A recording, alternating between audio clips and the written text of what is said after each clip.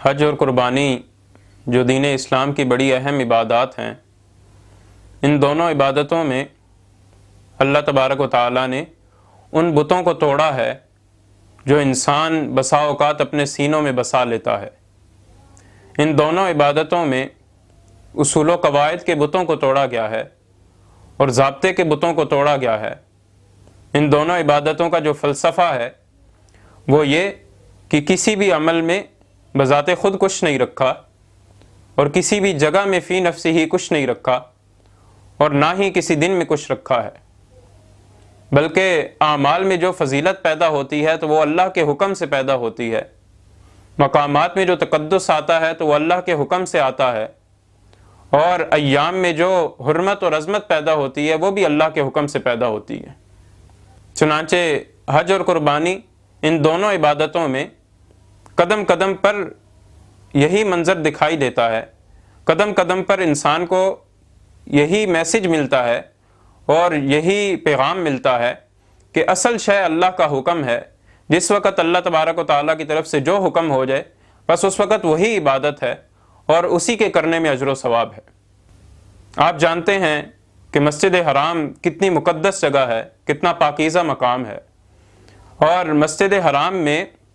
ایک نماز پڑھنے کا ثواب 1,00,000 نمازوں کے برابر ملتا ہے، لیکن 8 ذو الحجہ والے دن حجاج کرام کو حکم ملتا ہے کہ اس مسجد حرام کو چھوڑو اور مینا کے میدان میں جا کر قیام کرو۔ حالانکہ وہاں پر نہ تو بیت اللہ ہے، نہ مقام ابراہیم ہے،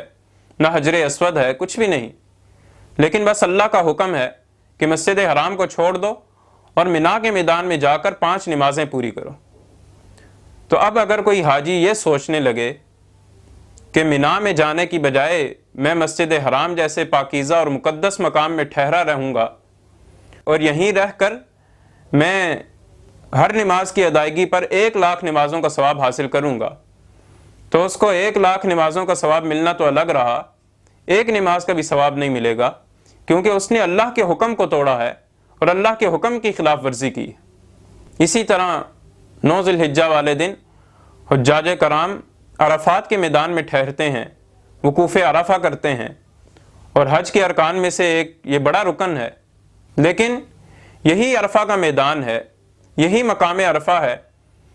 کہ سال کے باقی ایام میں اگر کوئی شخص وہاں پر جا کر ٹھہر جائے کہ میں یہاں پر ٹھہر کے ثواب حاصل کروں گا، تو اس عمل پہ اس کو کوئی ثواب نہیں ملے گا، وہ کتنے دن ہی وہاں پہ کیوں نہ ٹھہرا رہے۔ کیوں؟ کیونکہ باقی دنوں میں ٹھہرنے کا حکم اللہ نے نہیں دیا، صرف 9 ذو الحجہ والے دن اللہ نے وہاں ٹھہرنے کا حکم دیا، وہاں جانے کا حکم دیا،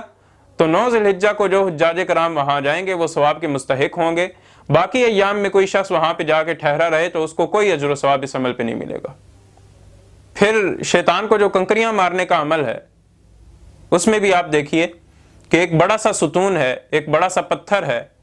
کہ جس پر لاکھوں حجاج کرام کنکریاں برساتے ہیں۔ کوئی پوچھے کہ اس فعل کا کیا مقصد ہے، اس پتھر کا کیا قصور ہے جس کو کنکریاں ماری جا رہی ہیں؟ بظاہر تو یہ دیوانگی نظر آتی ہے، لیکن بس اللہ کا حکم ہے تو اس کے اندر عظمت بھی آ گئی، اس کے اندر فضیلت بھی آ گئی، اور اس عمل پر اجر و ثواب بھی ملتا ہے۔ تو حج کی عبادت میں قدم قدم پر یہی سبق دیا جا رہا ہے کہ اصل شے اللہ کا حکم ہے، جس وقت اللہ کی طرف سے جو حکم ہو جائے اس وقت وہی عبادت ہے اور اس وقت اسی کو کرنے میں اجر و ثواب ہے۔ اور یہی شان ہمیں قربانی کی عبادت میں بھی نظر آتی ہے۔ چنانچہ عام دنوں کے اندر اگر کوئی شخص جانور کی گردن پہ چھری پھیرے،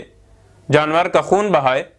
تو اس چھری پھیرنے اور خون بہانے پہ کوئی اجر و ثواب نہیں۔ ہاں، اگر کوئی صدقہ کرتا ہے جانور کے گوشت کا تو اس صدقے کا تو اجر و ثواب ملے گا، لیکن یہ کہ جانور کی گردن پہ چھری چلانا اور اس کا خون بہانا، عام دنوں کے اندر اس پہ کوئی اجر و ثواب نہیں ملتا۔ لیکن ذو الحجہ کے 3 مخصوص ایام ہیں کہ ان دنوں میں اگر کوئی شخص جانور کی گردن پہ محض چھری چلا دے، صرف جانور کا خون بہا دے، تو اس عمل پہ بھی اس کو اجر و ثواب ملتا ہے، اور اس عمل پہ بھی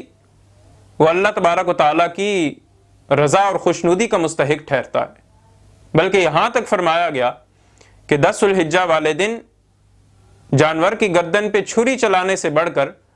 اور جانور کا خون بہانے سے زیادہ بڑھ کر کوئی عمل بھی اللہ تبارک و تعالیٰ کو پسندیدہ اور محبوب نہیں۔ لیکن یہ 3 ایام گزر جائیں، ذو الحجہ کے جو مخصوص 3 ایام ہیں، قربانی کے دن ہیں، یہ گزر جائیں، اس کے بعد کوئی شخص کتنے ہی جانوروں کی گردن پہ چھری چلا دے، کتنے ہی جانوروں کا خون بہا دے،